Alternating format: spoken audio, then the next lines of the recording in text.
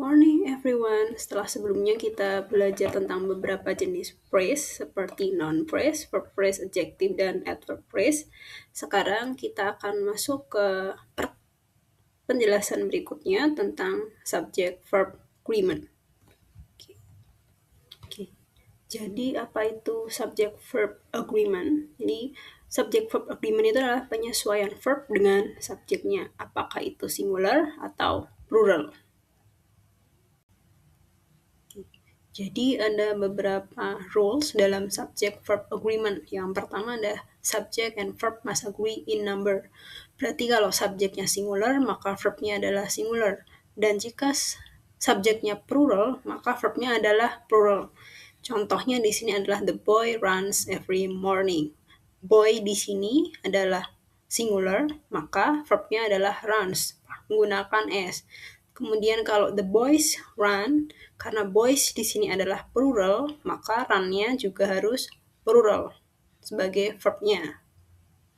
Yang kedua ada words between the subject and verb do not affect agreement, atau kata-kata yang berada di antara subjek dan kata kerja tidak mempengaruhi agreement. Contohnya di sini adalah the dog who is chewing on my jean is usually good. Subjeknya adalah the dog dan verbnya adalah is usually good. Keduanya sama-sama singular. Kemudian frasa who is chewing on my jean di antara the dog sebagai subjek dan is usually sebagai verb itu tidak perlu diperhatikan. Yang ketiga, prepositional phrase usually do not affect agreement, atau frasa preposisi biasanya tidak mempengaruhi subjek agreement. Prepositional phrase sendiri adalah frasa yang diawali oleh preposisi seperti of, in, on, with, from, dan at. Dari contoh yang ada, the book on the table is mine, the book-nya sebagai subjek, dan is-nya sebagai verb. Keduanya sama-sama singular.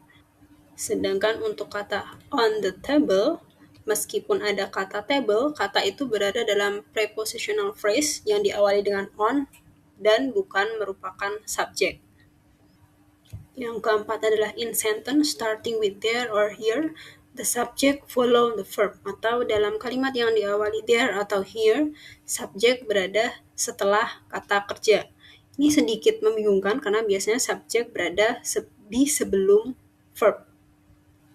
Contoh di sini adalah there are 3 books on the table, yang mana subjek sebenarnya adalah 3 books yang merupakan plural, otomatis dia juga menggunakan verb plural atau di sini adalah are.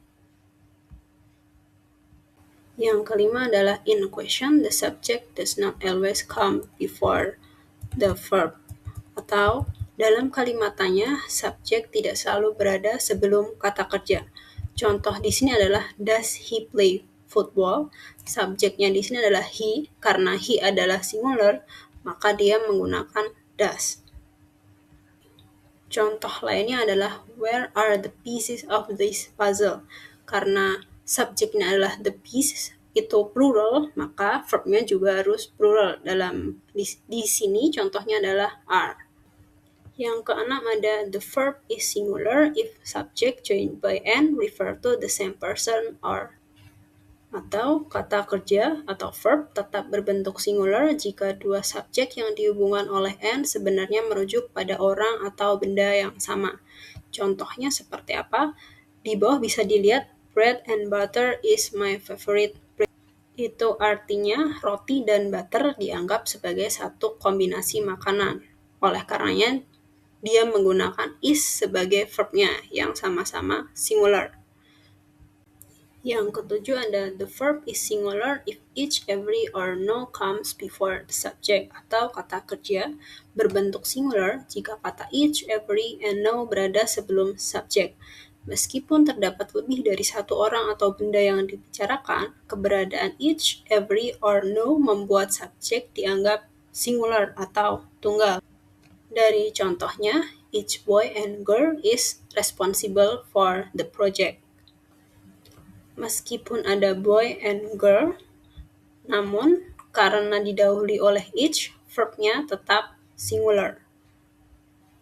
Yang kedelapan, the verb is singular when singular subject are connected by or, nor, either or, neither nor, or not only but also. Atau jika dua atau lebih subjek singular dihubungkan oleh or, nor, either or, neither nor, atau not only but also, maka kata kerja yang digunakan adalah singular. Contohnya adalah John nor Mary is available today. Meskipun di sini ada kata John dan Mary, namun menggunakan nor di tengahnya, maka verbnya adalah singular. Di contoh ini adalah is. Yang kesembilan adalah the verb agrees with the class's subject when a singular and plural subject are connected by or, nor, either or, neither nor, atau not only but also. Jika di rules nomor 8 kedua subjeknya adalah singular, maka verbnya juga singular. Namun di rules nomor 9, verb atau kata kerja harus mengikuti subjek yang paling dekat dengannya.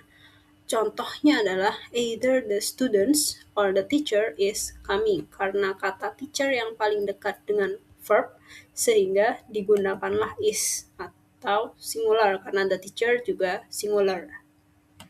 Yang ke-10, with indefinite pronoun some, half, all, the verb agrees with the object of the prepositional verb that follows, atau